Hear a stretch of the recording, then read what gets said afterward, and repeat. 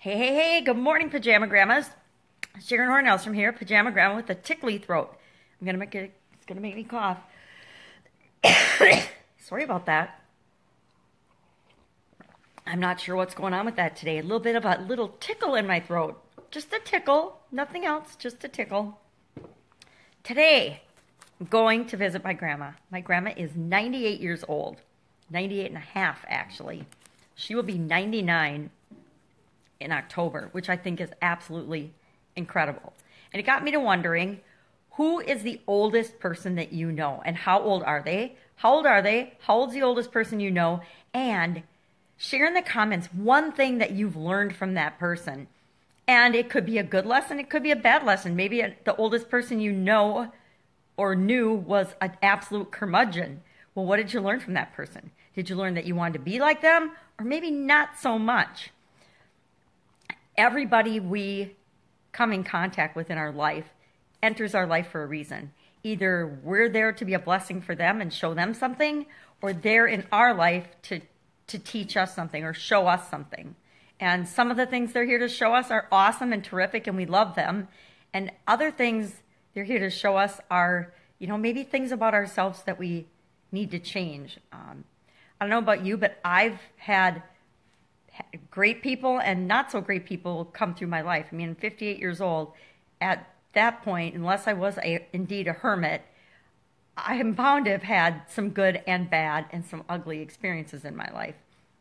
And so every once in a while, I just like to ponder those experiences. And, it's really easy to blame other people or the other person. If there's a person in our life that is making us feel bad or miserable. But what I found upon reflection, and that reflection usually comes a significant amount of time after the negative event and interaction I've had with a particular person, I realize that they were actually showing me something about myself that I didn't necessarily want to see or like. Let me give you an example. My Italian food manufacturing business, I would get super duper frustrated sometimes if I didn't think things were getting done at a fast enough rate, or if I thought people were just dragging their feet and not working very hard and just dawdling. It drove me nuts because I'm kind of a 100 miles an hour person, and I always work really, really hard when I'm working. And so I would get frustrated by that. And I realize now that I wasn't frustrated with other people and their pace and how fast they were or were not doing a task.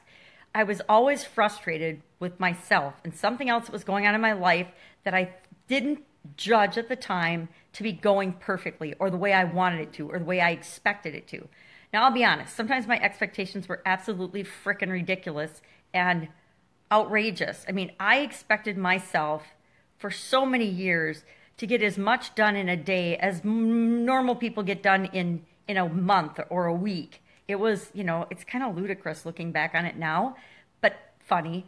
But if I set expectations up for myself like that to do things that weren't even humanly possible for Superwoman or Wonder Woman or Superman, how in the hell did I expect myself to be able to get them done?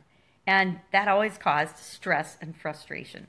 So the people in my life and around me that were slow or annoying me or frustrating me were just really showing me that I was frustrated with myself and the expectations I was setting for myself were just silly.